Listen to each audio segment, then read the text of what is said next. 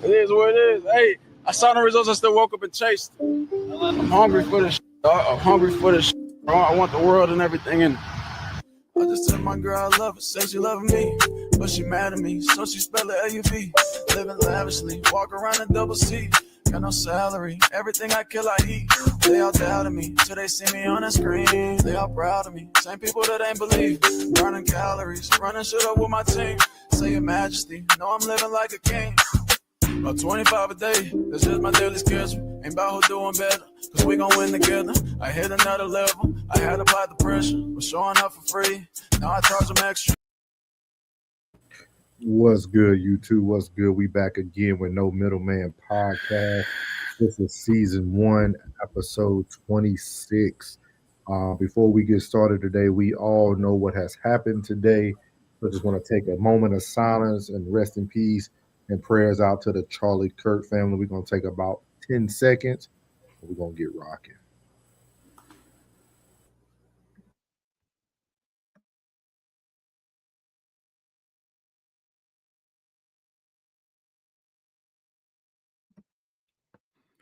All right. Welcome back, everybody. Again, this is No Middleman Podcast. Got my favorite panel, my favorite co-host here. Got my boy Uncle Plug, your favorite, your mama's favorite at the bottom, Uncle Plug TV. Got you at the top, Conversations with Soft Rain. Hey, what's good, everybody? Make sure you check everybody out. Y'all make sure we see them flooding in early, man. We appreciate y'all. Make sure that you hit that like button. Make sure you leave a comment. 333 prayer hands from Jen. Appreciate it in here early. Hey, Jen. This ain't gonna be your typical show. I actually didn't really want to go on, man. Was really bothered today about what's going on. But we all know what has happened today, what took place today. We labeled today's episode America has fallen. America has fallen. We're losing a lot of people, not just to this event, but just even up to this event. Throughout this week, we talked about a lot of things. The women on the transit in Charlotte. You had the other women in Chicago. If you guys are paying attention to the news right here in the state of Texas, they found a body beheaded, allegedly, in the hotel today. And we're also going to cover there was going to be a possible active shooter at a school, but they actually were able to find the information, find the gun. So we're going to go over that today too. What's up, Classic 333? What's up? Classic? He said we all should go read Thomas Jefferson today for sure. But we're going to go ahead and get this thing started, man. We're going to actually go to Classic Codes to get this started off. This first topic is going to be RIP to Charlie Kirk, and then we also have a second question: are content creators safe? So I'm going to hit this off, and we're going to get started. Shout out to Souls of Thought in the chat. Shout out to Soft Rain in the chat. Them threes coming in heavy. You know we on the same frequency. Let's get it. All right, so let's go. So Souls beat me to it. He said, "Rest in peace to Kirk." Yep. So we're gonna go into the breaking news for today. Breaking news: Charlie Kirk was today shot at Utah Valley University, I believe. He was actually out there, doing what Charlie Kirk does. Shout out to Tez down in the chat.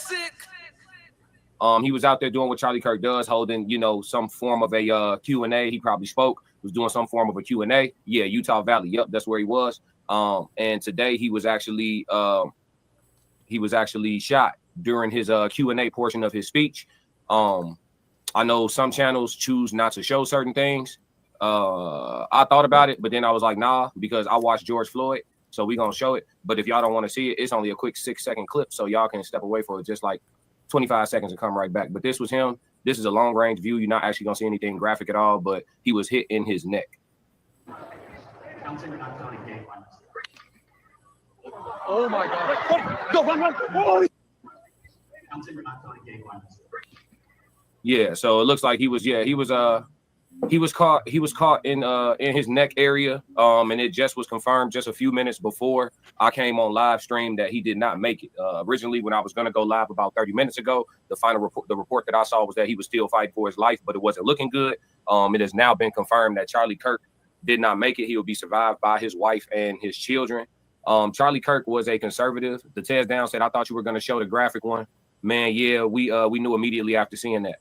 Yeah, I didn't find the graphic one because I didn't look for it on X. I went to TikTok, and so I didn't find the graphic one, and I didn't look too hard for a graphic one, to be honest with you. I seen enough of this in real life. You know what I'm saying? I seen enough of this in real life. So it's one of the things though where it's like, people are like, well, I'm not gonna show it. It's like, if he looked like me, y'all will show it everywhere. So I ain't really trying to. You feel me? I'm gonna keep my energy where it's at. But yeah, Charlie is a conservative guy. He went around to a lot of different places, and he did like these Q&A type events. From what I know of him, I know he's done a lot more than what I know of him. So I'm not going to speak like I'm the subject matter expert on Charlie Kirk.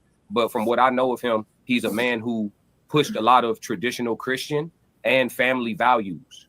He was real big on that. I think I got hip to Charlie Kirk through him doing a Q&A when the gender fluidity thing was going on.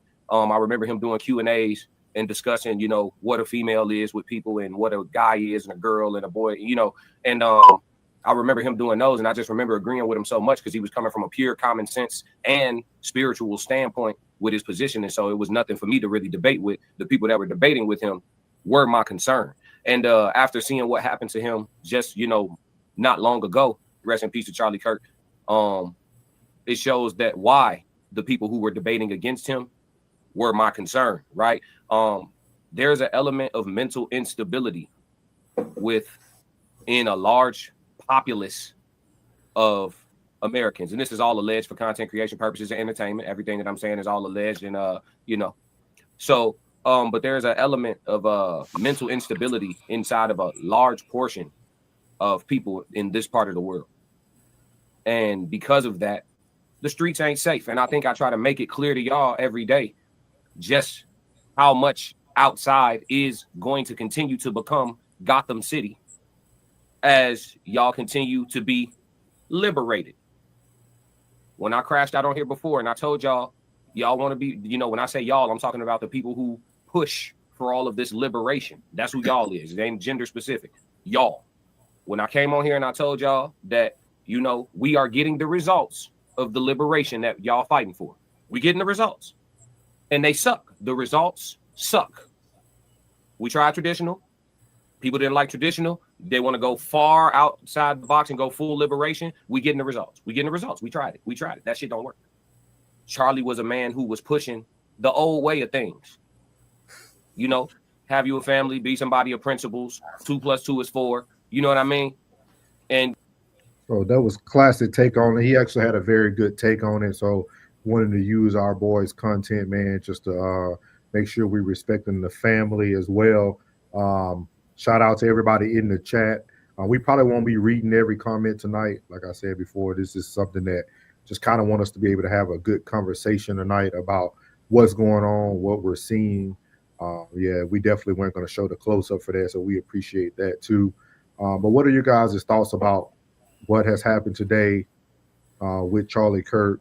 And then we'll get to the second part of that question. We could talk about Charlie first. By all means, Mr. Plug, Uncle Plug. I wonder what's going to be the side effect of all this. What's next is What's the side effects?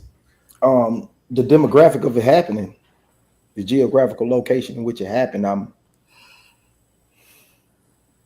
That was a little ease to, you know, we discussed this. We discussed this pretty much from the moment that it happened all the way to the end of the day in the barbershop, and that was everybody's biggest fear. Like, what's next? Like, what's going to be the side effect of all this? Because you already know what's going on in the Chi. You know what I mean? They trying to bring in martial law to a certain extent, whatever degree they're trying to bring it in. And what's going to be the side effect to this? Because the first thing that I seen in the headline was a Democrat did this. A Democrat shot Charlie Kirk. And that was disturbing. I don't know how to read that. I hope the people in the comments can possibly try to depict what they was trying to say in that comment by saying that a Democrat did this. It was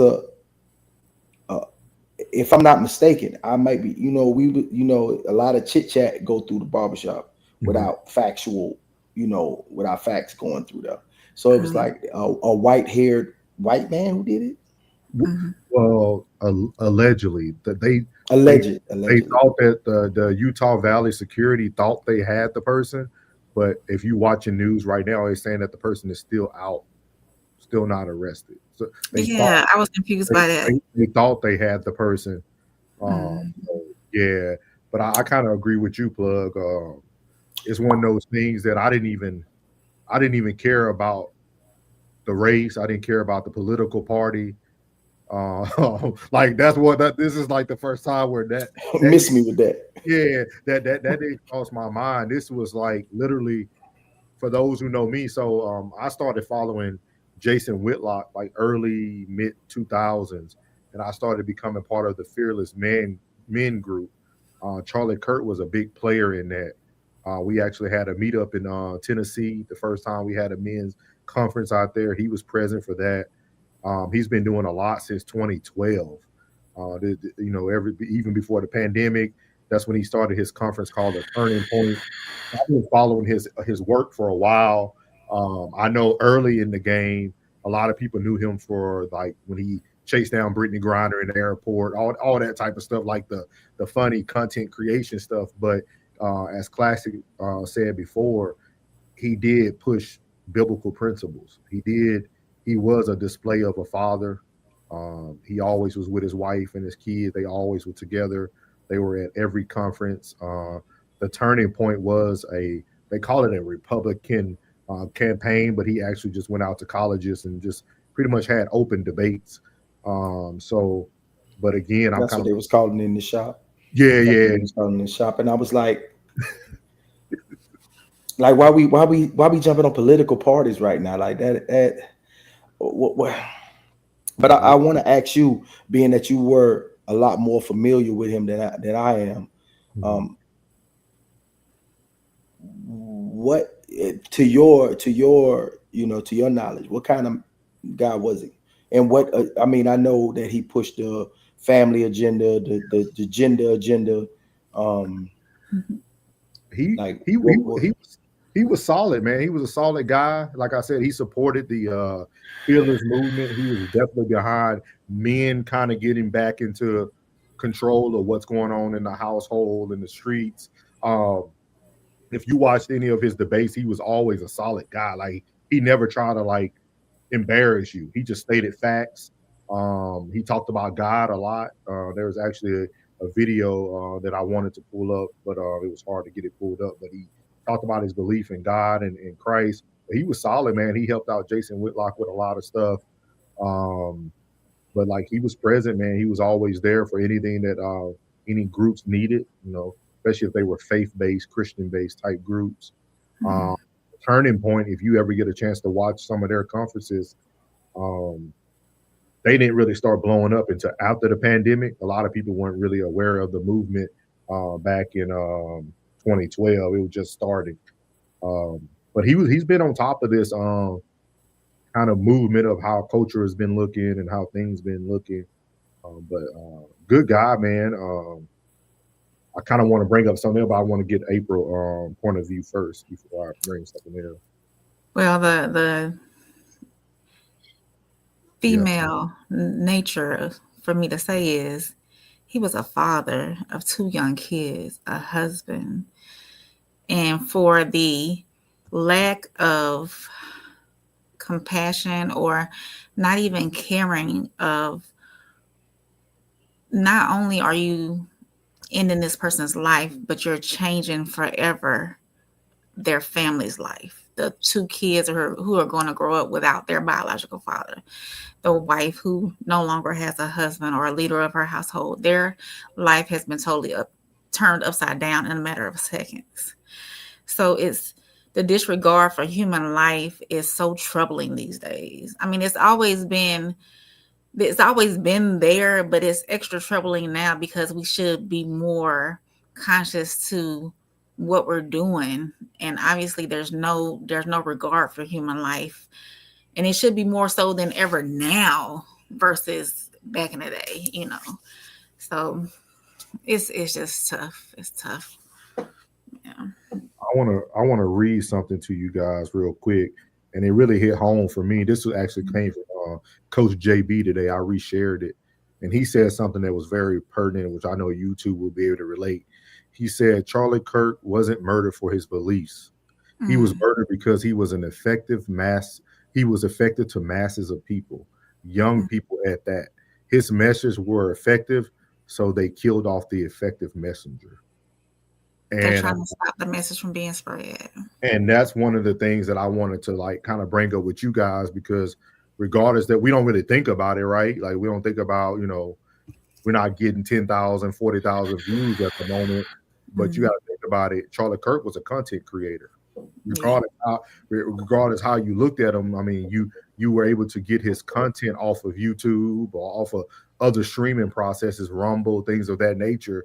So my question to y'all is like, how do this stuff make you feel even coming out to start creating content? Because it doesn't take too much to get people emotionally fired up. And so that's what I thought about when I thought of him, because I remember, like I said, in early 2010, this dude was somebody I followed, but he was more of a viral video type guy. Like, you know, crazy stuff would happen. He would be there. He'll be doing a lot of journalism work.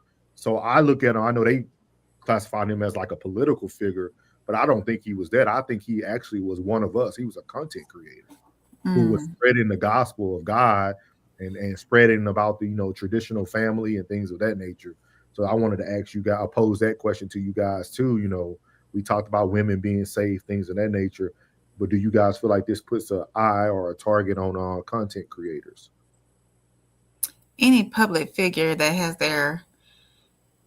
their image out there is at risk of anything, you know. You have people who become obsessed.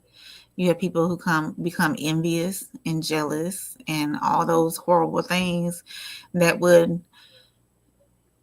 they would do their best to try to end what you have. And that looks like what happened here, you know. So there's a lot of, and you have people who praise you for what you do, the content you putting out, and then you always have that other side who's not going to like what you're doing. And some people will be extreme with it. And we always got to be cautious about what we're doing. And 2, it makes you think about what you're putting out there too, like what information you're putting out there and how somebody may take it. So you got to be careful about what you say, how you say it, and think about how somebody else will receive it. But you can't put blame on yourself either, how somebody's receiving it, because that's the way they're receiving it is on them, you know. So it's just tough when you become a public figure, regardless if it's content creation, political, celebrities and all that. So regardless of all that, it's a risk that we take becoming out there in the public eye. Yeah. I'm not concerned, pimping. Same thing. The same rhetoric I got on here, the same I got in real life. You know what I mean? If that's the case, you gonna get me at the shop tomorrow. You know what I'm saying? Yeah. Hey, I'm covered in the blood, bro. You know what I'm saying? I serve a higher power. I'm covered in the blood. I'm not concerned. I mean, by all means, you know what I mean? Yeah. Come on. Come on, if you feel that strongly about it. It's just an opinion, pimping. Yeah. You know what I mean? Right. If that's the case, you'll go around slapping folks all day. All day long. You know what I'm saying? Because everybody got an opinion. But Plug, I think y'all hit it right on the head, man. Like I didn't even think about that till that word stands out to me. Yeah, what's up, Kylie and Khan? But that word stood out to me. I never thought about the word like side effects, like what's gonna be the aftermath after this. Yeah. I don't think a lot of times we think about that, or that residue is the word we use a lot. But I want to share this with you guys before we move on off of this subject. I want to share what Amanda Seals had to say, and these are the things that really bothered me right here. Maybe I'm just so calloused by how many actual leaders and good people have been assassinated by state-sanctioned violence for the many years that we have been on this earth, that I just can't relate to y'all who are like, well, you know, you don't have to agree with the way someone lives to not agree with them being murdered. Yeah, I do. Yeah, I do. Because especially if their extermination was literally done in the exact context within which they said others should die. They had no problem with other lives being taken by gun violence. None. And so I do have to agree with how you live in order to care about how you died. I don't know why you don't. Well, yeah, y'all like this is what No. Go ahead. I feel but before you say that, everybody's entitled to their opinion, because there's gonna be somebody that's gonna be watching this, and even in the midst of this outrage, it's gonna be racy. It's gonna be racy. Because at the end of the day, when no matter how we may feel about our community,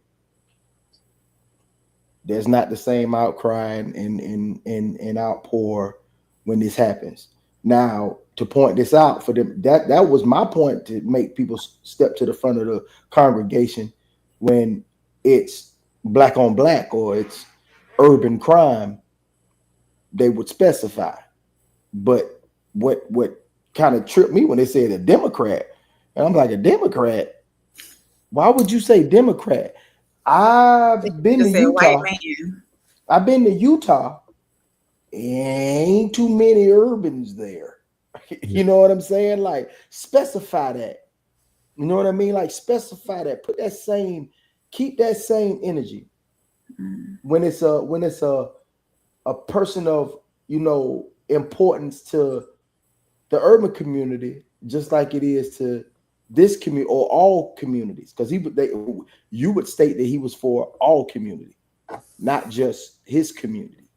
He was for all community. So before we make that opinion about what her opinion is, we got to be mindful of the fact that a lot of people still have an outrage in them, and it's a lot of people that's going, to be honest. So you know, because I seen, it like, oh, and you know, like a lot of people didn't know him, didn't follow him, wasn't privy to what his movement was, and then the outrage and the outpour, they're like, why for this guy? They're gonna lean more to their own understanding. You know what I mean? So before we crucify or criticize, we gotta understand that we gotta sympathize for the ones who, you know what I mean? But it's understood.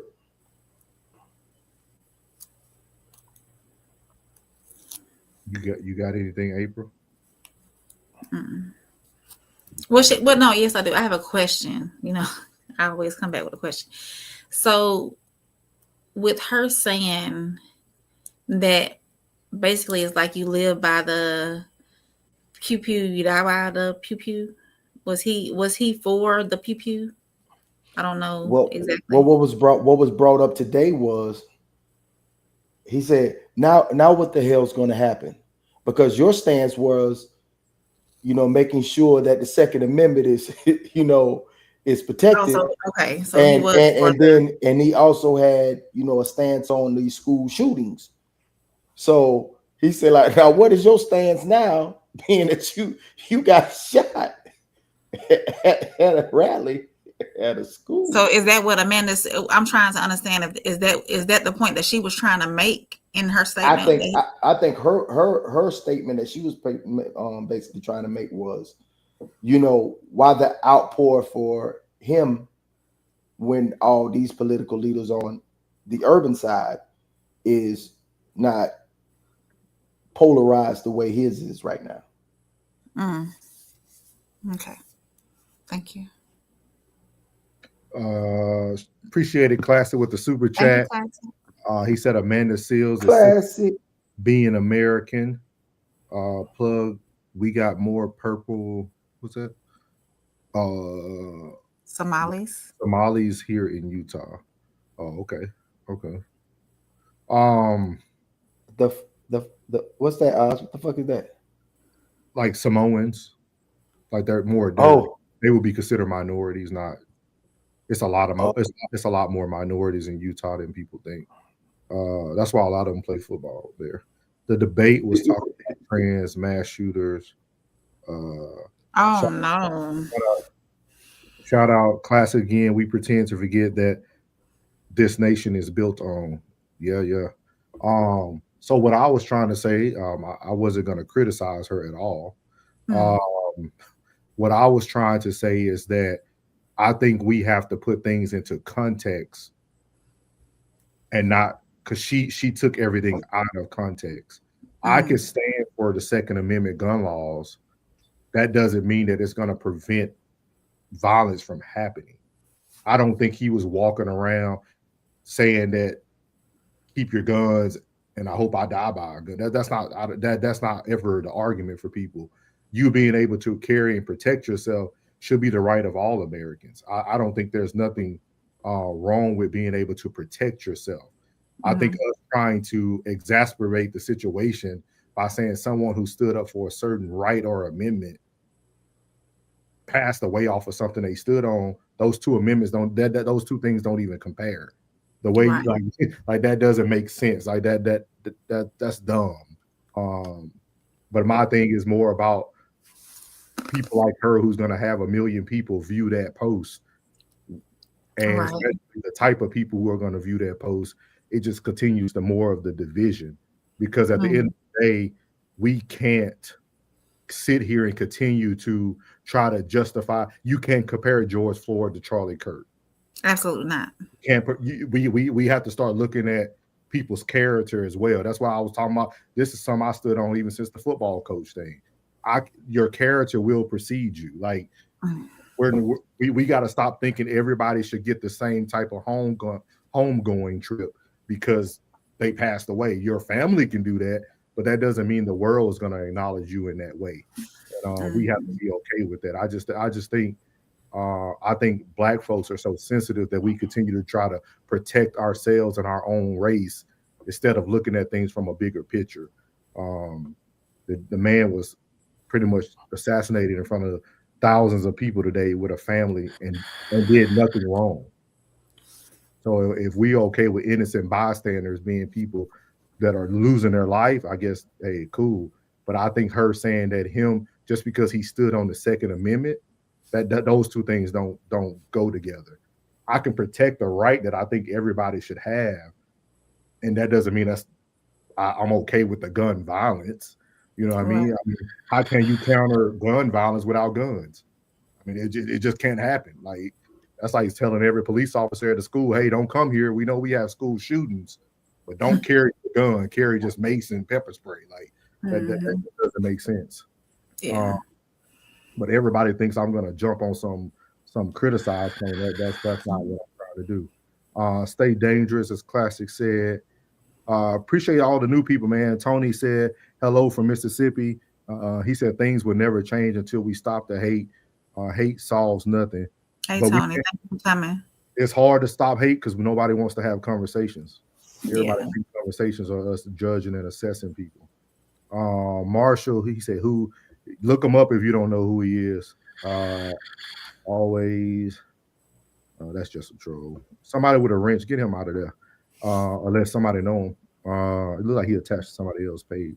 Kylie said, "Exactly right. That's how I understand it. I don't think guns are necessarily the problem. It's the person behind the gun." Let's see here. Yeah. So cool. Yeah. So that's our words on Charlie Kirk there. If you guys have any more, make sure you watch this replay. You can always go back, give your comments that you like on every topic. So we're going to move on because I think this is actually a proof of what the side effect is going to look like right here. And the next question is, has American fallen apart? We're going to go over to Anton Daniels. And I don't know if you guys heard about this. Washington police arrest a 13-year-old boy from threats he made online. Washington now, where police say they seized 23 guns from the home of a 13-year-old who appeared to be fixated on school shooters. Police arrested the teen after finding some disturbing social media posts. Yesterday, he pleaded not guilty to charges of unlawful firearms possession and making a threat. Let's go to CBS News reporter Andres Gutierrez covering the story for us. Andres, what did deputies find and why did they act so quickly?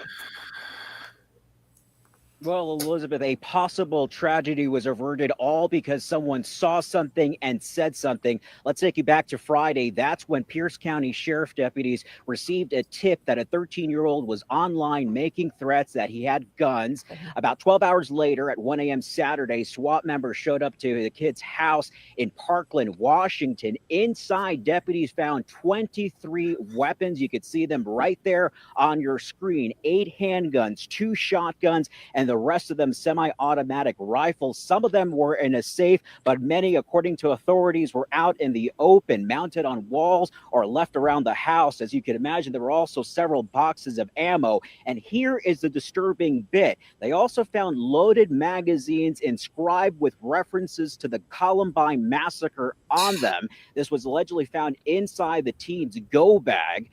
Investigators say the teen had also posted photos of himself holding guns online and posted on Telegram, quote, "When I turn 21, I'm going to kill people."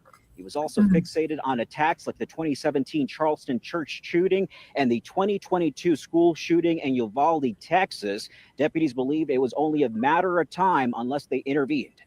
Yeah, enough. Where was the parents? That's the first thing that I'm trying to figure out. Where's the parents? Where's the parents? And why are they not also arresting the parents? Because if you 13 years old, which again, when we talk about the killer that was over in Minneapolis that shot up the church, when we think about all of these things, a lot of times I remember it was a kid that wound up committing a heinous act here in Michigan, and they not only arrested the kid, they also arrested the parents, and I think that they also charged the parents. But you're not seeing this nowadays, and I don't know if it's the judges, I don't know if it's the culture, I don't know if it's a combination of both, but this kid clearly was going to do something to somebody, and he had already inscribed and wrote exactly what he wanted to do. It was really just a matter of time of when.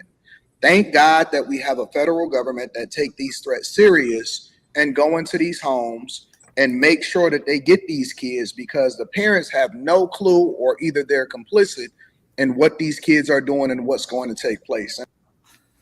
So as Marshall said, he's going with the question, has America fallen apart? What is your guys' opinion on that? It seems like one thing happens and then there's another thing right after that. It's another thing right after that. So what is your guys' thoughts on America falling apart?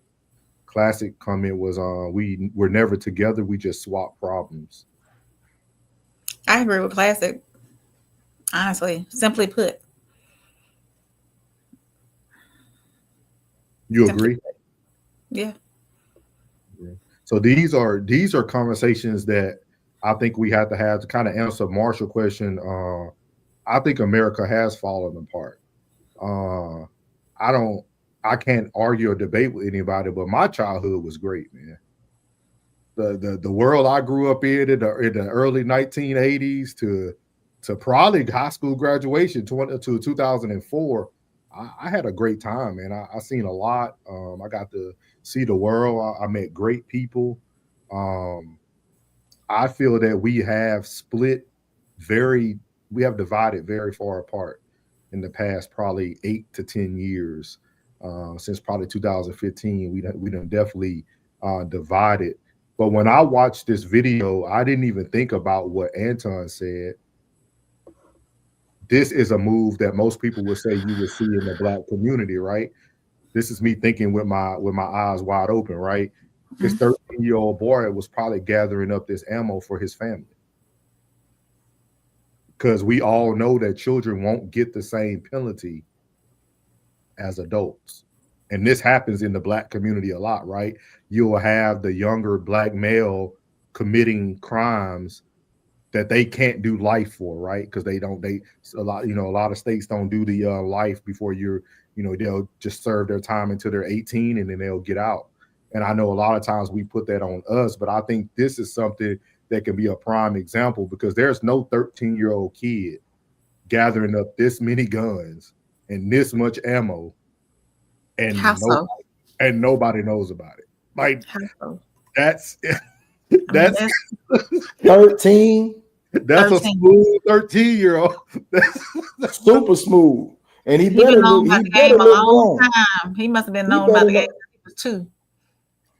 Like, like Doug said here, man, he said it's a reminder America is a war zone. It is. And it's sad. Marsha said, shout out to Marwin from Twitch. Political assassination does not silence one man. I agree with that. We'll love your input. Marsha, we'll love your input. Jen said, I agree. The world today is nothing like it was growing up. It's sad. I would almost likely not have children as we stand today. I think that if I had mine when I was 32, and that was almost 10 years ago, I think that if I would have waited any longer, I really would have had to wrestle if I definitely wanted to not necessarily just have a child, because yes, I desire to be a mother, but I would possibly maybe want to live in another country if I did, honestly. And I'm not saying that, other countries are better than America, but there's some, it's different elsewhere than right here in America. So I would have questioned, or I would have thought deeper about bringing a child into this world if I were over probably 35. So, man, shout out to whoever this is on Twitch, man. This is deep. They said when a bullet replaces an argument, the nation must ask, did we fail to listen, or did we fail to speak wisely enough?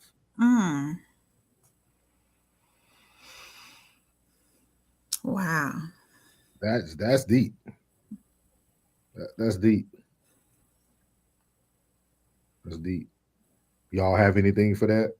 That's kind of heavy. It's gonna be I guess Marshall don't.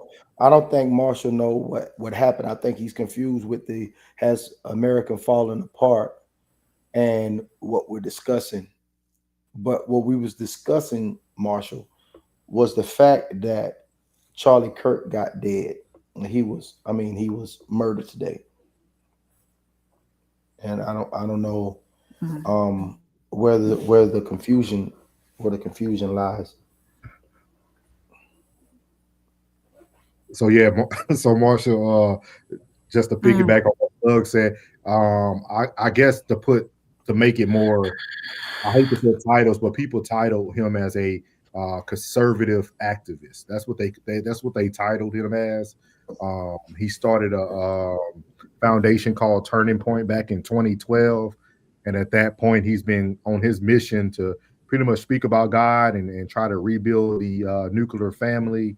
and he does a lot of debates outside of colleges. So he had the ears and minds of a lot of young people. So that's kind of, but his life was taken today. So we were talking about him initially, and now we're just talking about with everything going on with the mass shootings, with the crimes on the trains, with what's going on in Chicago, DC. I mean, you could name the list of them. Has America fallen apart, or do you feel like America was ever together? You know what I mean? Classes said the answer is we failed to parent. Do we ask why a sniper took his life, or do we ask why we allowed the political climate to make assassinate? Yeah, that's man. Whoever, hey, shout out to you, because these are questions that I think about. I thought about very heavily today, listening to Classic's show, and I think it goes back to what Classic said. It's the liberation. I think people have taken their freedom into their own hands, and whatever freedom looks like to everyone, that's what they're displaying.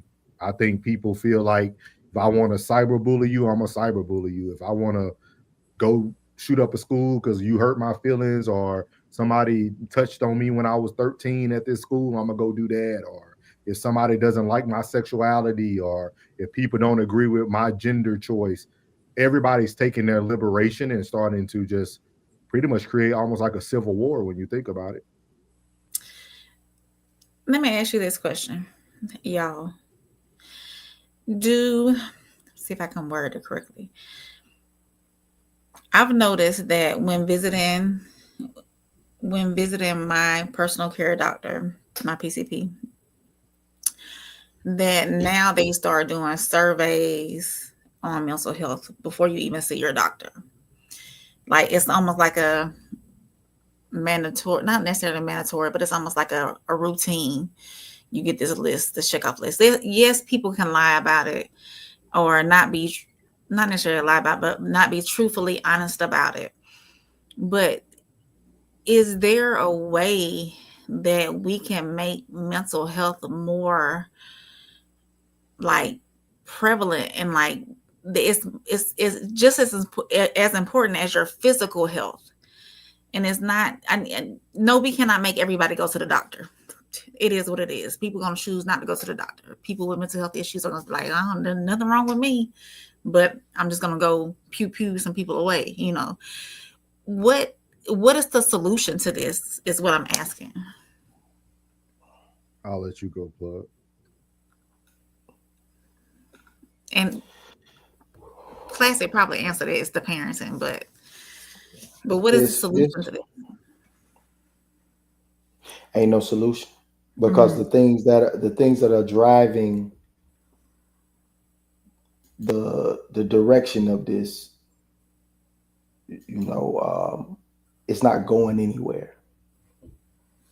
The failure to properly assess somebody who's going through whatever they're going through, the not medicating them properly, or even medicating them at all. Yeah. Or, the social media, the tenderness of today's climate, the sensitivity of today's climate is not going anywhere. It's going to continuously, as we move on. It's like the national debt. No one knows that every dollar that is being spent is increasing the national debt, because we have no checks and balances. We have no gold and silver. We are not in control of anything. So we're definitely not in control of the climate in which this is going. Yeah. It's been pretty much orchestrated for it to be this way, and now it's completely out of control. I didn't think that they understood the severity of what was going to happen when this plan, this magnificent plan that they put together was going to happen. Yeah. And no one could foresee this happening. So it's only going to get worse. This nation is going to hell, and there's nothing that no one could do.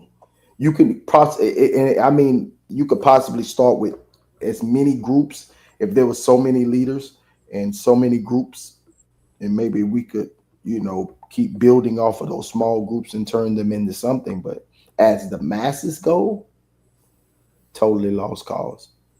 Yeah, I definitely agree with that. And to kind of stay and not cause more division, I think when it comes to the mental health department, people have to be open to it.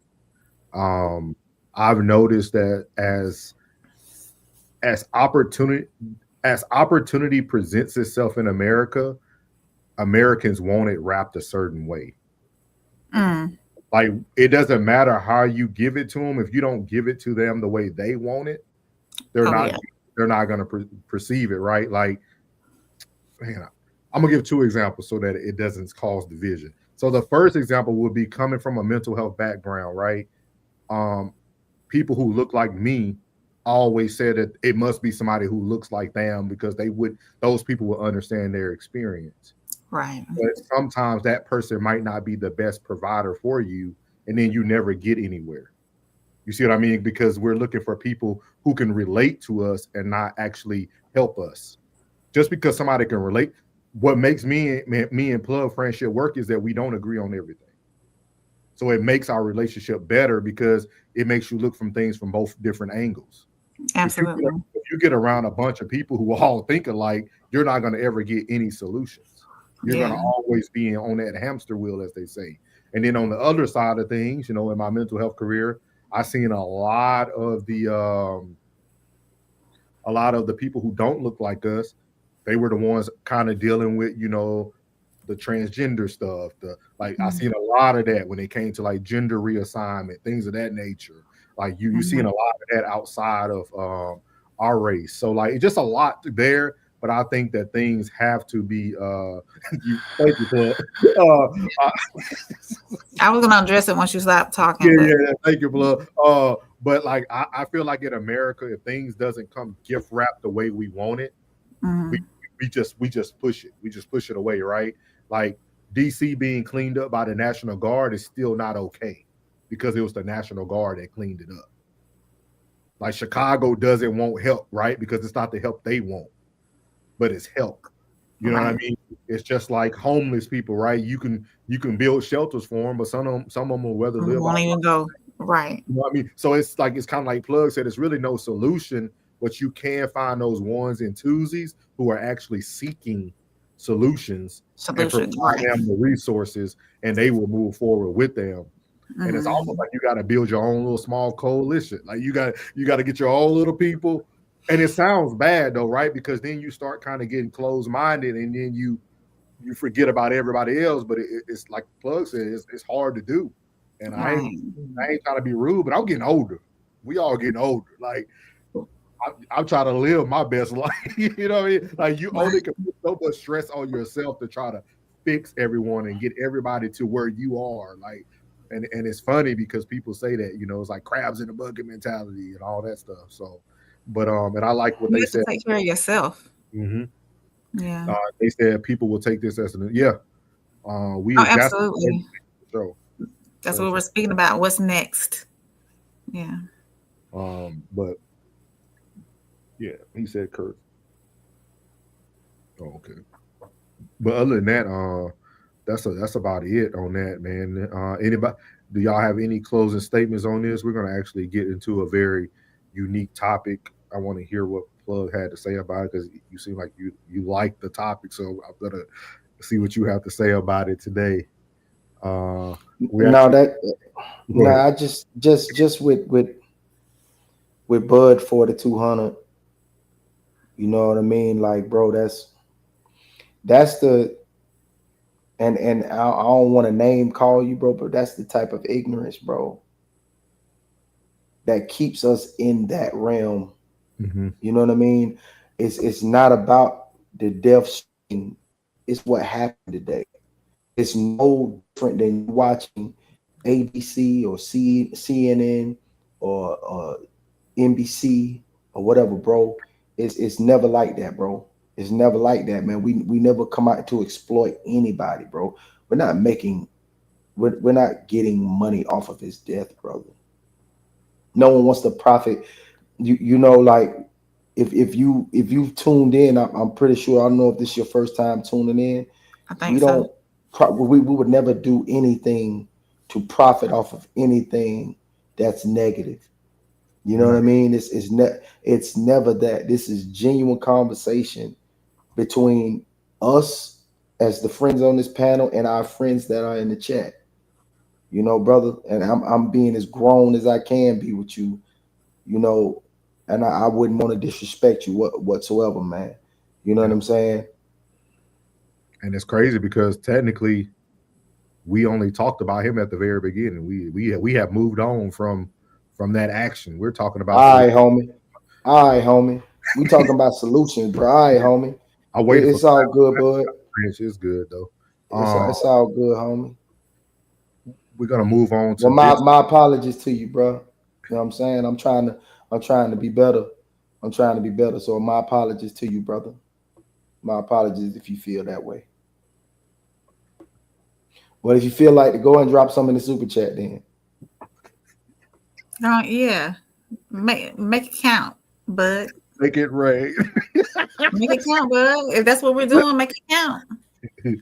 It's crazy. It's all good. Hey, yeah. Bless will be blessed. So we're gonna move on to the good old UFOs, man. I'm actually really intrigued to hear what Plug has to say about this because he responded very quickly this morning. So I was when I see that, I said, April, send that over because I want to hear what he got to say. So hopefully they don't play no more ads. I try to get it started. Okay.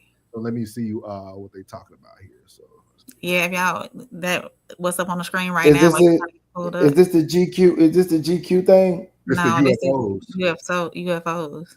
Oh, I was on the. She had sent the first one with the GQ thing. Oh, that's the one you was talking about. You can go ahead. Yeah. And send that over. I could send it over. Yeah, we can come back to it.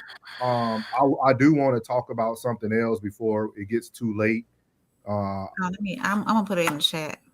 Okay, appreciate that, Classic. Appreciate that. Yeah. Choose wisely. Act accordingly. Can you choose wisely tonight, not him? I don't know, Marsh, but we got it handled. We appreciate it, man. Marsh said he about that business. But we got it handled for sure. He was speaking to the other gentleman in the chat. But not you, Marshall. We're talking about Bud 4200, bro. Not you, Marshall. But while she gets that together, I'm gonna share this. We all know that tomorrow is a very important day. We did lose someone important to some people today, but tomorrow is a day 9/11. We lost a lot of people in September 11. I know a lot of us who served because of September 11. I know a lot of people who lost their lives in September 11. So I wanted to play this quick video just to remember the importance of what tomorrow is about. I think things like this could actually bring us closer together when we remember, like, hey, it's a bigger picture. So here we go. Oh yeah, tomorrow's not happening. Emergency line, please state your emergency. The cockpit's not answering. Somebody stabbed in business class. And I think there's mates that we can't breathe. I don't know. I think we're getting hijacked.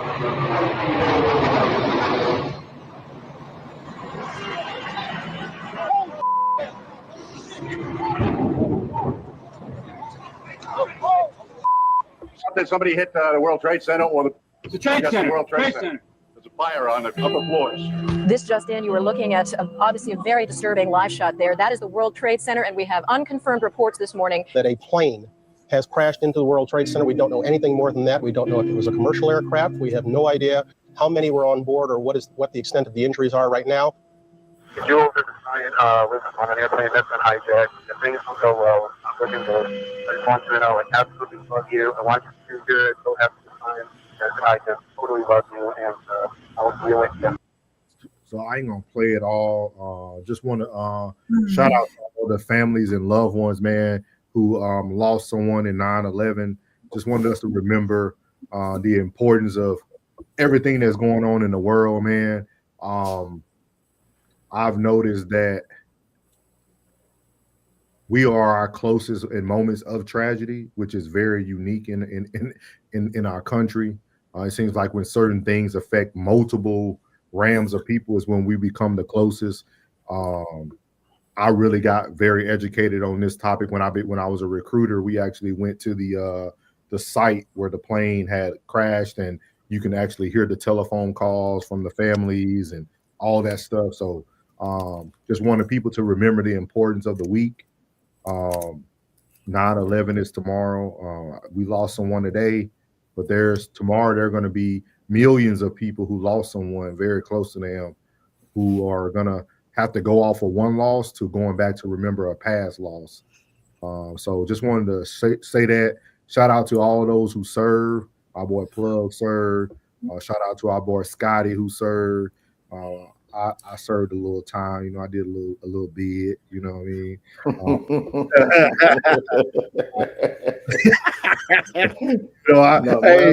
Hey, came home, did talk. You know what I'm talking about? Did talk about it, you know what I mean? Did my you know what I'm talking about? Did my list, you know what I'm saying? Ain't stood on it. It was 23 days, did talk about it, held it down. You know what I mean? You know what I'm talking about? My boy. We ain't young thugging out here. Hey, we kept our books up, you know what I mean? Yeah, you did. She said government assistant. We needed that laugh. We needed this laugh. Yes. We needed this laugh. You know what I mean? My boy held it down, man. We held it down. We did our bid, you know what I mean? Hey, and you know what? I'm gonna tell people that I don't really talk about it a lot, man. Hold on. Jen said this day that I would never forget, very detailed of a day. The world went silent. Yeah, that's fact. I was sitting in keyboarding class at Northwood High School. I'll never forget it. They sent us home, boy. We were crunk. We went and we got in the whip and went home. I ain't gonna tell you, I ain't gonna lie to you. At that time, we wasn't even thinking about the train. We get out of school, we would go. You know what I mean? Yeah, man. I was in college summer. I was with my brother buying the blueprint at Specs. At Specs me, I buying the blueprint. We were sitting when it was going down. We were sitting in front of a bank. Yeah, we pulled over. And brother had that beat in the truck. We were listening to that. Do do do. It's the rock. Whoa, my gear's right. Check. That's what we're doing. I was like, man, and I just got out. Plug, we didn't know it was real until Shreveport got Barksdale Air Force Base there. So we didn't know it was real until everything was shut down. They went to LP Con Delta, so they were shutting down roads and all this stuff. So like they were generating the planes and stuff. So I was like, I could not believe it, bro. I could not believe it. I was still on terminal leave. No, I had just got out. I apologize. I just got out like months prior. Yeah. And bro, like when they said it, I was like, man, no, ain't nobody. I'm still all military to the toes. I'm like, man, ain't nobody gonna try us like that. Man, y'all got me messed up. That's, man, they did what? On American soil? Man, shut up. I was like, man, whatever, man. Get my CD. Get my CD. I ain't believe that, bro. I could not believe that, dog. It didn't hit me till like at least 3 days later, bro. Mm-hmm. And I'm sitting in my room, like shedding tears, like, like, man, it's crazy. I was like, man, this is crazy, man. I couldn't believe it, bro. It didn't sink in like 3 days later. I ain't probably get hit to the 14th. Yeah. Like that day, and I think that was a big turning point too, man. That was a big turning point sign. A lot of people joined the military at that time. A lot of people served just because of that, to go out there and do what they need to do, man. I had a lot of friends that we were still deploying when I joined back in 2004, so we were still going out there. I had a lot of people that head out there to Camp Buka and all that stuff. So very, very interesting times, man. Very interesting time. But yeah, I would love to. What you present? I would really love to hear, being that you serve, how because this is a sensitive time, and I know we bring this as a sensitive time. Yeah. And I have my ideas. I have mine. Because prior to that happening, like I was in Korea, I was at Camp Stanley, Korea at that time. Okay. Prior to that happening. And for some reason, George Bush was coming to our camp. And it was confusing. Like everybody walking around like, why is he coming out here? Like it ain't nothing out here. Like what is he coming out here for? Like it was something weird about the whole situation from when I thought back when it actually hit me, and like a week later I started to recollect what was going on at the time I was getting ready to get out. You know what I mean? It was like weird. It was very like, why was he coming out there? And then to see him reading that book to those students when it happened, I was thinking like, man, it's I don't because I do want to say it. It was fugazi, bro.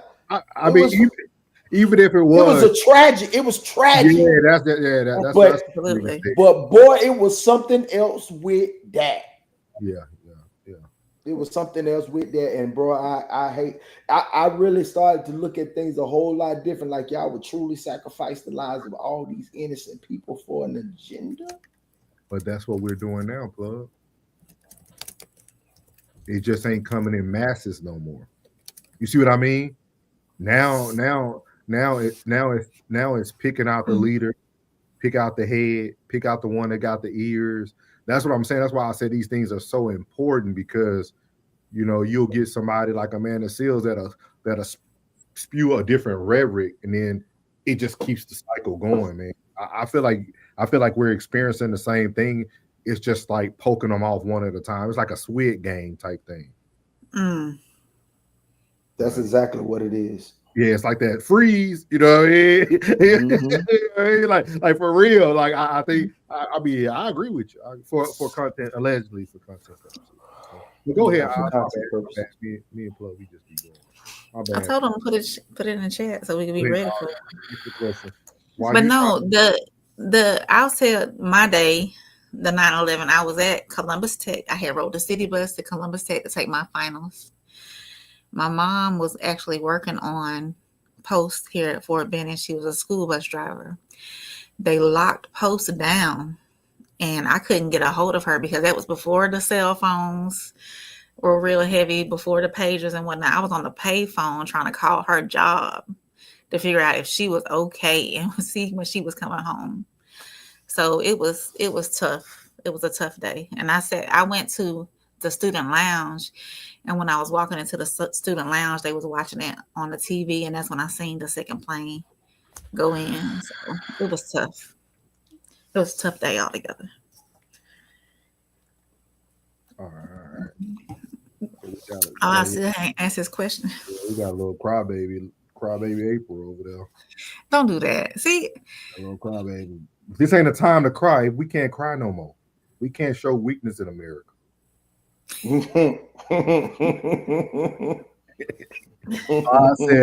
I said my question is, with y'all serve, do you think 20 plus was worth the false flag?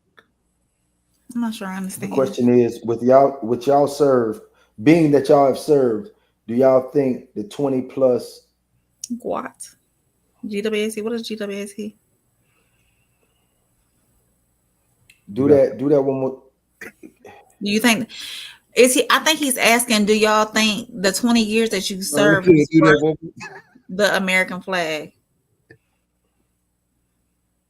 Was it worth it? I wouldn't change nothing, bro. Yeah. They take You know what I'm saying, bro? Like, regardless of what I did for the country, I think about what global war on terrorism. That shit was fugazi. Odds I don't give a damn what nobody say. It was fugazi, bro. Oh, the global war on terror was GWAT. Yeah. The global war on terror was worth a false flag. Nah, it wasn't worth it. I thought mine was they just wanted to apply that Patriot Act so they can start going to tie. They knew the information age was finna be, you know what I mean? The information age was gonna be very, very vital and lucrative, and at the same time they wanted that Patriot Act to pass so they can do. But this is just for content and entertainment purposes only. You dig what I'm saying? Oz, are you catching my drift on how I feel? You dig me? And I'm pretty sure there's others that feel the same way. You dig what I'm saying? I'm gonna tell you this, Oz. I'm gonna tell you this. I only can speak for myself, but majority of people who look like me, Oz, meaning black guys, who joined the Air Force, man, we joined because we needed something to pivot from. Especially the Air Force, right? Because I had a child on the way. We're no longer worried about sports dreams and trying to go to college and all that stuff. You got to do what you got to do. So even though certain things can be false or certain things can be not the best, I tell people, not every year was the best year. You know what I mean? I had a lot of ups and downs in the military. But with that being said, my purpose, my purpose was fulfilled. Like when it came to being able to take care of certain people in my life that needs to be taken care of for the rest of their life, the 20 did it. You know what I mean? If I was single, no kids, probably be a little different. I probably wouldn't made it past the first 4. So you had a little bit of encouragement. Yes, because I was stay longer. I was still from the Polk City. I was still from Shreveport, trying to fight everybody, trying to act a fool everywhere I go. You know what I mean? So what would you? I had a so if you didn't have the military, or if you didn't go into the military, and this is for both of y'all, what would you have done? So if the military wasn't even an option, I would have sold drugs. I've probably been a kingpin. I've probably been a kingpin. I'm dead ass. I was criminal minded.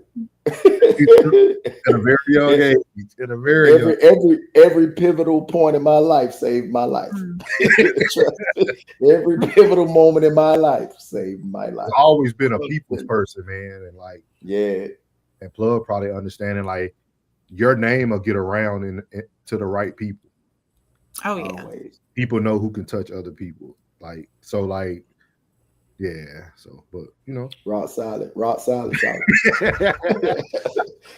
that name good. That fake Gator, baby. God is good. God is good.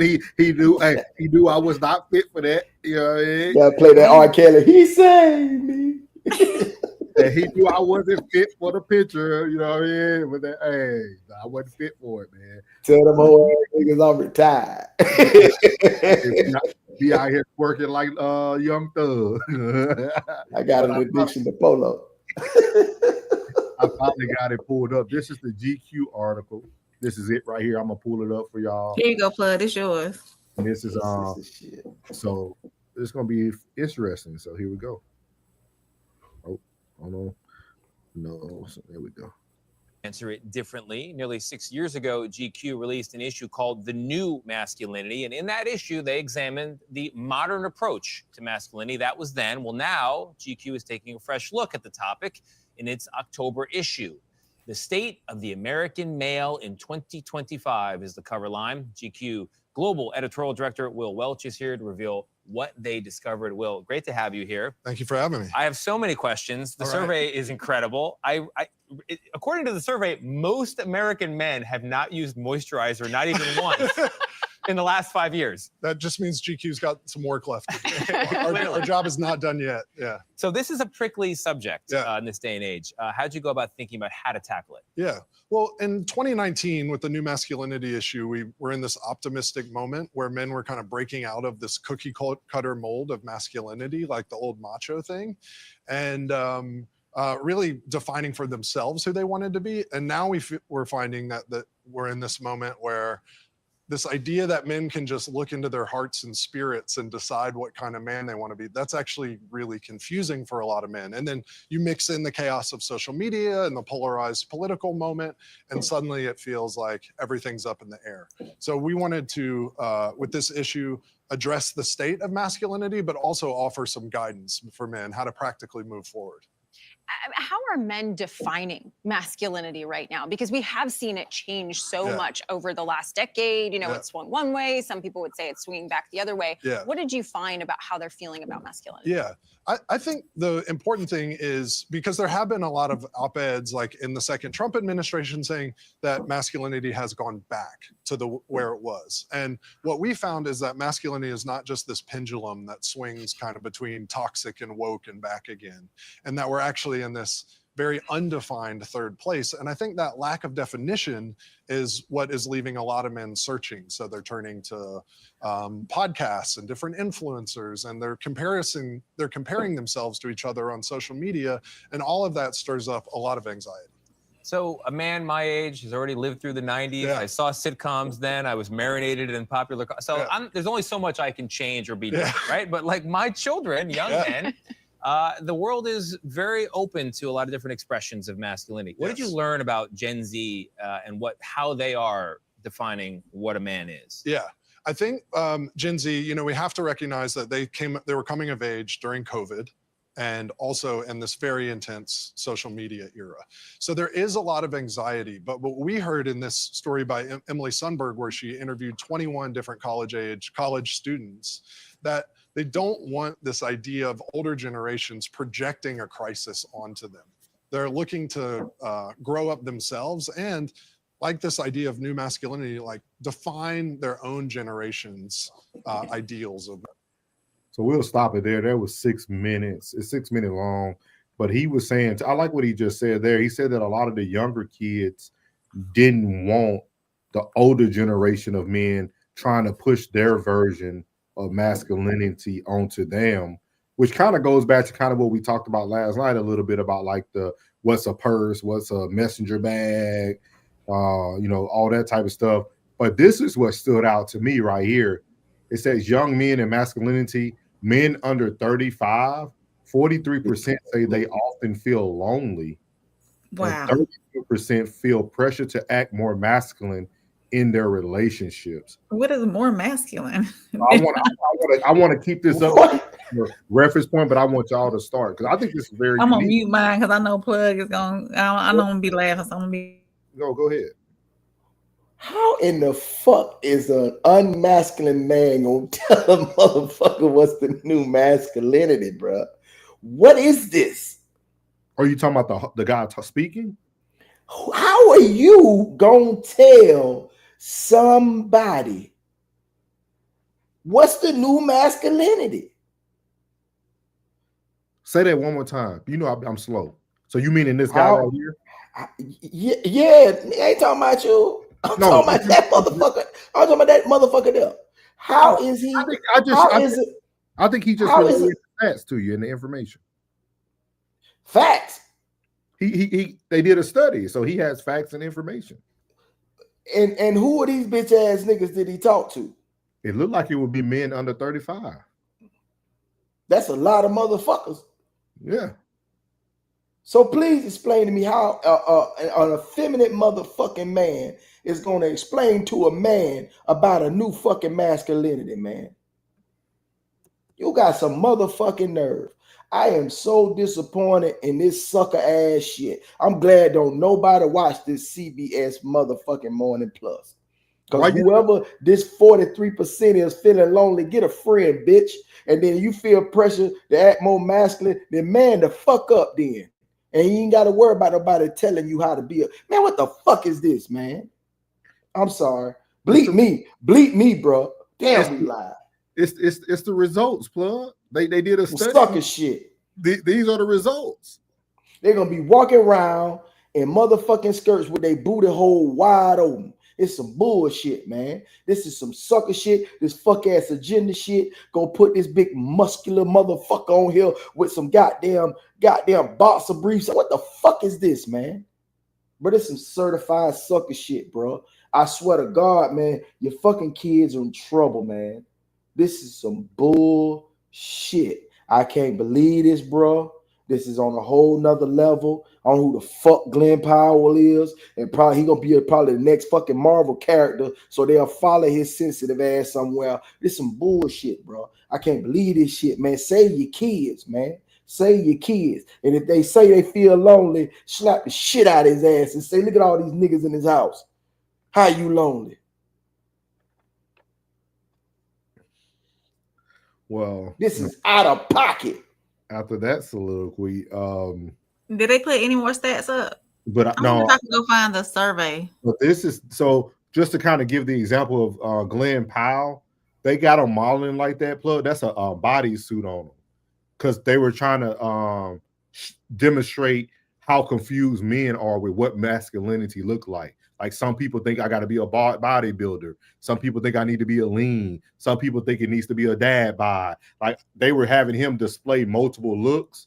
And then that kind of goes like a throwback to the old Mark Wahlberg underwear shoot. So he's just there to display what the confusion looks like with what men think masculinity is. You see what I mean? Like the ones 35 and under sounded like they did not like the information they were getting from people our age and up. We fucking doomed. But I think that's very interesting because 43% of them say they often feel lonely. And this goes. I'll ask you a question. But what about the daddies who gonna sit there and then they son tell them, Dad, I feel alone. Nora, do you feel alone? Who, me? Yeah, you feel alone? Some days, yeah. But you ain't under 35. Yeah, I think it's people speaking. I think that's the issue with the world. I think people don't like to hear truths. Truths. I think we take a person's truth and put it against their masculinity. All right, hold on. Like I could feel lonely or depressed, but that doesn't take away my masculinity. No, I'm no, that ain't what I'm trying to say. Oh, okay. All right, Wordsmith, don't know. No, I'm talking to you. All right, I'm talking to you now. I mean, now, damn that dude in that fucking goddamn candy cane shirt and that ugly ass jacket he got on. I'm gonna say this right here, bro. You doing it? I'm gonna pull up some of the other numbers. See, they also had this: how men reacted with the recent social America. 68% will be comfortable voting for a female president. They ain't asked me. That is all. They ain't asked you. They ain't asked you. It was all 35 and under. They ain't asked Classic. I bet they ain't asked Tez. I bet they ain't asked Oz. I bet they ain't asked nobody in the man. There ain't nobody going for this shit. But Plug, this is very interesting information though. Like this kind of helps us. This kind of helps me when we start having these relationship talks more, because a lot of the people are 35 and under who are having a lot of these issues. And when you think about how they feel about this stuff, 38% felt Me Too was a beneficial society. So I'm right. Yeah. I'm right. Yeah. I'm right with all my assessments going way back to our early episode. We down to 27 right now. Yeah. Our early episode. So I'm right. Yeah, I mean, he's a bitch ass motherfucker. You got 60% believe anti-black racism is the problem in our society. There's some good stats here. She put it in the chat, so you're gonna have to check it out. There's some good stuff though. Like, I put the other chat. I put it in the what Ted said. He said it's actually gone down. Less men are comfortable with it now than a few years ago. Comfortable with what, Tess? He said, Me Too got proven to be a colossal lie. Yeah, that's facts. That's facts. He said, I love me some blood. Thank you. It says in that survey, it says 35%. Well, you know, we said that the 43% of men under 35 often feel lonely compared to 35% over 35. Yeah. Mm-hmm. Yeah. Oh, okay, so that's a good question though, Plug. Do you feel, and what's the way how I want to word it? Do you feel, what's the way I want to word this that makes sense? Do you feel that your feelings of like your low moments make you less masculine? My low moments make me less masculine? Yeah. because maybe my upbringing and my military mindset and just I look at life totally different. But I think in a lot of ways, I feel like Whitney say she every woman. I feel like I'm every man. I'm every man except for that bitch ass nigga. I just can't be him. It's like this. It's like this. When I have a hard time, when things are not going right for me, I smile. Oh yeah. It's weird. I'm fucking weird. When shit going in disarray and shit going left and right, I smile. I get a little giddy inside because I know at these low points, I know somebody's shape. You know what I'm saying? I feel special. Whether I'm special or not, I feel special. I feel like whenever there's a low point in my life or I feel like I'm going through something, I get giddy. I get a little happy because I know somebody's shape. Somebody's shape. Even with my injury, I was down about my injury, dog. I really was. I was down about my injury. But you know why I went down about my injury for too long? Because I say, you know what? It's going to help me eat better. Since I can't get out there and run, I can't walk, I can't do my 75 challenge, even though I was so close. I was like 60 days into a 75-day challenge before I got injured, and I started smiling. I was like, you know why? I said, it's going to make me eat better. It's going to make me more disciplined since I can't put in the physical work right now. I can't put the walk in. I can't put the run in. Now I can eat better. Yeah. Yeah. And then as soon as I get control of my eating habits and control of my diet and control of my carb and sugar intake, now I'm going to get better and I'm getting better. Now I can get back out here and put them all together. You feel me? And be more disciplined about it than I was before. And I don't need no 75-day challenge. It's a life challenge of staying right. You know what I mean? Clothes fitting better, feeling good, ain't huffing and puffing. You know what I'm talking about? It is what it is. Yeah, I don't look at shit like that no more. I try to put that into every man that I go. I mean, I don't look at negativity no more. I don't look at death the same. I don't. Oh yeah, you won't ever do that. I don't even look at death. I don't look at death the same. I look at death as, man, I got another angel. I try to make sure that I stay in good spirits and good realms with my good people. So if something do happen, I got somebody looking out for me on the other side. Somebody intervening between me and the angels and the Heavenly Father. I look at it like that. Yeah. So I'm different. So when I hear somebody speak like this, I'm like, bro, you shouldn't be feeling like this. This is, bro, you breathing. Bitch, that in the morning and get the cold out your eyes, that's really, that's the cold is the fuel on the fire to get your day started. Yeah. I just seen a new one. You heard me? Like, damn, man, I don't look at it like that, man. I look at adversity like it's a wonderful obstacle to make that. The obstacle came because something in you was lacking, and you need to find a way to internalize this and make that obstacle, you know what I'm saying, your footstool. But with that being said, they probably do the same, Plug. But when somebody's asks you a question and you answer it honestly, you see what I mean? Like I think that's where they mess everybody up with by putting words like masculinity in there, right? Because if somebody came around and did a survey with you and asked you like, "Hey, Plug, have you ever been down before?" And you were like, "Yeah, I've been down." Okay, you now fall into that 43%. Right. But I think it's okay to feel alone. I think it's okay to be present and know that you feel alone. But then the way you look at it, your perspective is what men need. But I think it's okay for men to recognize it, because if you don't recognize it, you can never fix it. But if you feel alone, that means you ain't cool with your star player, and that means you ain't cool with you. But that's okay though. And it's okay to feel alone. It's okay not to be okay with you. Yeah, that too. It's always room for improvement. Yeah, I used to tell my patients that all the time. It's okay not to be okay. I think that's why so many people carry so many emotions with them, because they won't acknowledge what they're really feeling. Just acknowledge it. It's okay to acknowledge it. Yeah, I acknowledge it, but it's internalized. It's not to. All right, it's okay to not be okay. Yeah, I repeat, it's okay to not be okay. Yeah. But it's not okay to not be okay a lot. I stand on that. It's not okay to not be okay a lot. Yeah, you gotta have somebody, or someone or a higher power that you could confide in and try to get that guidance from.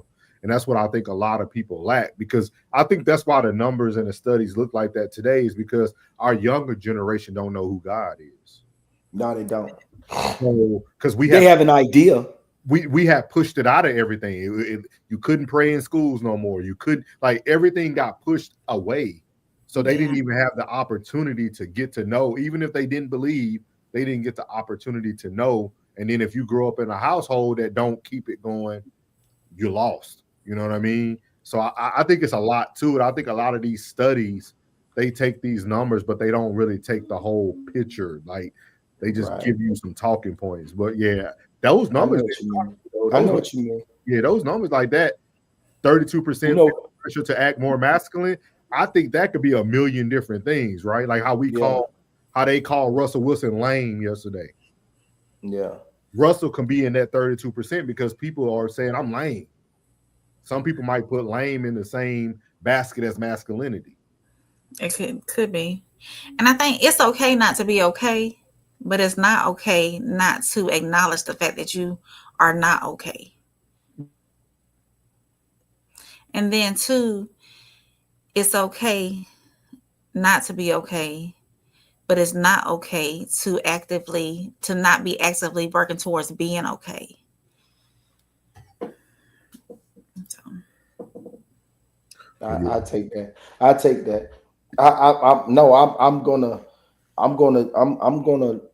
gonna hear that out, but I don't want those things to soften my perspective, because if it does, then I can't help.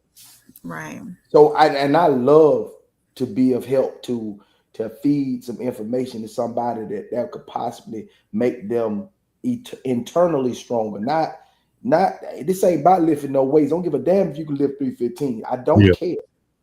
But I do care that you can lift that 315 problems off your shoulders, your own shoulders. And when I see what you was talking about, you know what I heard, what I visualized in my head, bro. It's like the mama riding down the street, right? And she got on Kirk Franklin, gospel music playing, and the young man in the back seat, and he got his headphones on, and he listening to Young Boy. Like you trying to feed him. You trying to feed him the best way you know how. Because let's just say the way your grandparents or your parents fed it to you, you just couldn't.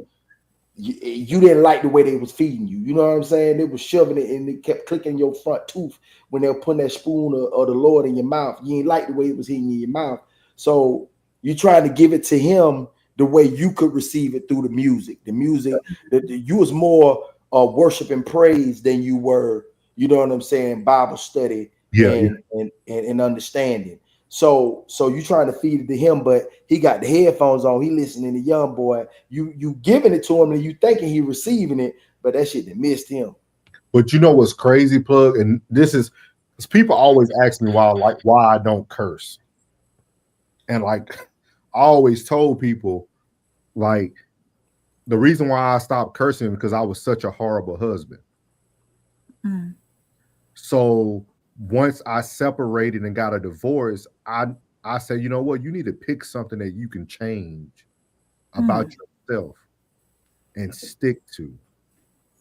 Because that mother can be playing Kirk Franklin and the boy could be listening to NBA YoungBoy, but then that's the same mama that's leaving him home every weekend by himself while she's going out with different men. You see what I mean? Like you just kind of pull out a whole AT4 and hit a bit with it. Oh, you see what I mean?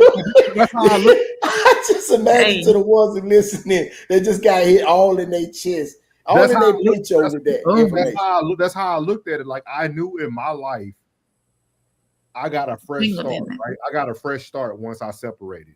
So now I got an opportunity to present a new picture to my daughter. because I was always a great father. She didn't even know I was a bad husband because she was a kid. She don't know what the husband looked like. So like she didn't witness that. But in my head, I was like, hey, I got to start setting a new example and I got to set the standard. So now that she like, man, my daddy speak well. He don't curse. He's not loud. He's not okay. So like I built that new picture because we want children to follow, but then they watch everything though. Everything. Like, they watch and mimic they everything. watch just because mama in the car listening to Kirk Franklin. But then they also looking at mama have little faith. They looking at mama always whining and complaining about things, and she say she believe in God, or she pay her tithes, and then she complaining to the child about now we can't go out to eat after church. I put my last in the tithe and play. Like kids pay attention to everything, and that's what I feel has created the soft nature we're in today. We as parents have lost our own sense of security. And we feed it the insecurities to our children. Ooh.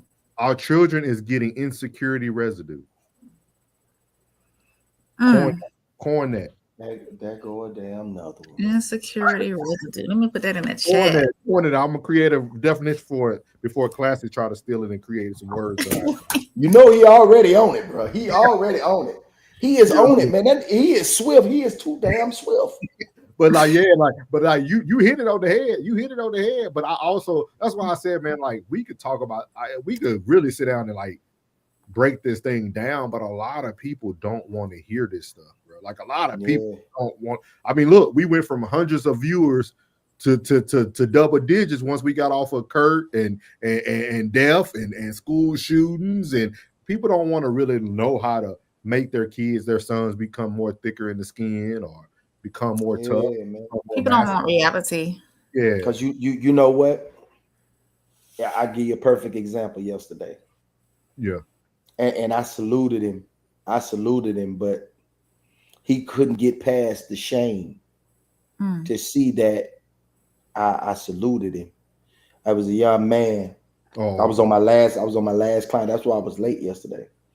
I was on my last client. And the lady came in and was like, you know, okay, they got picture day tomorrow. You know, I was wondering if y'all could. They came in at 6:59. At 7, I'm supposed to been out of there at 7 to be here. Boom, you know, eat my dinner, then be here. So it was like, and then nobody said nothing. I'm like, that shit fell on crickets. That shit was crickets. Them crickets was, that cricket was loud. That silence was so loud. So I felt sorry for her. So I said, I'll take it. She was like, thank you so much. Thank you so much. I was like, all right. So she brought him in the barbershop. She left out, and then the dad came in. So I finished with that client, put him in the chair. So he had a little nappy top. You know what I'm saying? So I had to pick it out because the daddy said, I need you to bring it down a little bit. I said, all right, cool. So I went to picking him out. Bow, bow, bow, bow, bow, bow, bow. Just with the, just crying. Daddy like, hey, what's wrong with you? What's wrong with you? Straighten up your face. Don't you do that in here. And I'm like, he was Jamaican? Nah, he was African. Okay. I'm looking at him and I'm like, you know, I'm like this. I'm like, hey, man, I like this here, bro. Hey, straighten him. Straighten him, I say. Straighten him. And he was like, yeah, and he's still. So I'm like, hey, look, man, hey, come on, calm down now. You know what I'm saying? Hey, daddy, hey, you want daddy to come back over here now, straighten up now, tighten up now, tighten up. You know what I'm saying? So daddy came over here, hey, what they tell you? Straight up your face. Wipe your face, wipe your tears. I'm like, man, hey. I said, it's all good, Pop. Hey, look, we need more like you in here. Like, for real. We need more like you, man, for real. He dapped me up, boom, and I was like, yeah, back to the business. I'm happy now. I was like, man, fuck it legit, man. I was like, man, fuck it legit. And then I'm happy. He made me happy because I'm like, yeah, you know what I'm saying? Straight that legit. He couldn't take it no more. I picked the hair out again. You know, I got to roll on the second pass and pick it out again. You feel me? So I'm, you know, he crying again. Daddy walked out on that shit. He wanted, like when I said, you go get it, fuck him. Like, fuck him, you go get it. Now mama come in and say, it's okay, baby. I'm like, no, that shit ain't gonna help. Yep. He started sniffling even more, man. I'm like, oh Lord, here we go. But it's gonna be the longest cut, and it turned out to be the longest fucking cut. Got me behind schedule. I'm telling you, man. Like, yeah, that stuff's true though. It's true. It's very true, man. It's very true. We're gonna have to do an episode about that, man. I think a lot of this stuff is all about the lack of like parents. I think that's why women, I won't say all women, some women can't do a good job raising kids single because they don't understand that when they vent and when they say the things they say, that stuff wears on a child. You know what I mean? A child hears that, you know what I mean? And that's why you get some of these boys that go into the streets. Imagine a son watching his mom struggle every day, and he really care about his mom, and he know his daddy ain't nothing. He'll go, hey, he gonna go get this done. You know what, man? I seen my boy, he already carrying the pack. He making $200-$300 a day. They let me go get the light bill for mama. Yeah, let me go get that. I know what I can do. So like, those are the conversations we got to start having because that's what's happening. Like that's really what's happening. I think if we can sit down, if more women would take the constructive criticism from men, I think you could see more. I'm not promoting single mothers, but I think you could take a single mother and make her as good as into what she needs to be for her son. You know what I mean? Oh, definitely. Yeah. Like, those are some of the conversations. Maybe we could do that on your page. That's what your page is supposed to be about. April. Yeah, we gonna get it. We can do a parenting and yeah, but you what do they call it? See, you already call your stuff a crown. You need to create something for the king though. Like when a man comes on your panel, like like the queen codes, we can do the king codes. Yeah, like just creating little things like I got a client. His wife is a child therapist, and her approach, because they had adopted a child. I thought you were talking about okay. No, they had adopted a child who father had just killed their mother. No. The boyfriend killed the mother. The boyfriend killed the mother. The father wasn't in the home, and so she understood that the child had went through some trauma, but the child used to be left to their own devices all the time. So he was, he ain't gonna be listening. He doing his own thing. So he ain't been parented at all. But her tone was so boom, like straightforward, but it wasn't loud and it wasn't aggressive. It was straightforward. Okay, you're gonna get up here now. We're gonna get a haircut. Okay, and you're gonna be quiet. Okay, and you're not gonna move. Okay, keep your head still. Okay, all right. And like Jit was like a statue. I couldn't even move Jit's head like to get my angles right because he stood like a statue and she did not raise her voice. And like I just like her demeanor, she was like, and like halfway through the haircut, she came up and said, "You're doing a good job, right? You're doing a great job." And then she mentioned her husband and said he'll be very proud of you. And absolutely. He perked up a little bit, like, yeah, you know what I'm saying? Like, yeah, like I say her approach, like I asked him, I said, man, even if you could just bring her, she could put her name up there. She ain't got to show her face. Just come on the show and just tell your story on how you do you. You know what I mean? Like it was awesome. Like when she did what she did, it was awesome. I was like, damn, if everybody could do like she do, it'd be a lot of BS eliminated. When I can admit that when Aiden was very young, there was one time where I got out of character because I was overly frustrated and he was on the cusp of truly embarrassing me in public. And I got loud. And after that day, I told myself that I would never do that again because not only did I embarrass myself or felt that he was embarrassing me, I was embarrassing myself and my child. And I didn't know who else was looking. From that day forward, there's a way you can be firm and not loud. You can be assertive to your child and not loud. You don't have, there's a way, there's a different approach to it than all that yelling and cussing and fussing and going on. And a child is going to be more receptive to you being firm than being loud and carrying on too, and fussing and yelling. You know, would be afraid And to lose honestly, his friendship or his with love. mine, it just takes a little pop of the collar and bring them to me. And what are we doing? Okay. So what I want to do before we get out of here, I want to leave on some positive words for Charlie Kirk, man. I want to end on some positive words. This is actually from a good brother, Willis Hollins. We're gonna end with him, and then we're gonna close this thing on out. I think he had a great viewpoint of everything we were trying to say all together. So here we go. Take a moment to speak about Charlie Kirk. Now, I'll be the first to admit I didn't agree with every view he held, but there is one thing I cannot deny. Charlie was unashamed of his belief in Jesus Christ. And in an age where faith is often mocked or silenced, he stood boldly and proclaimed the name above every name. And for that, I honor him. The Bible says in Romans chapter 1, verse 16, "For I am not ashamed of the gospel of Christ, for it is the power of God unto salvation to everyone that believeth." Amen. Charlie lived that out.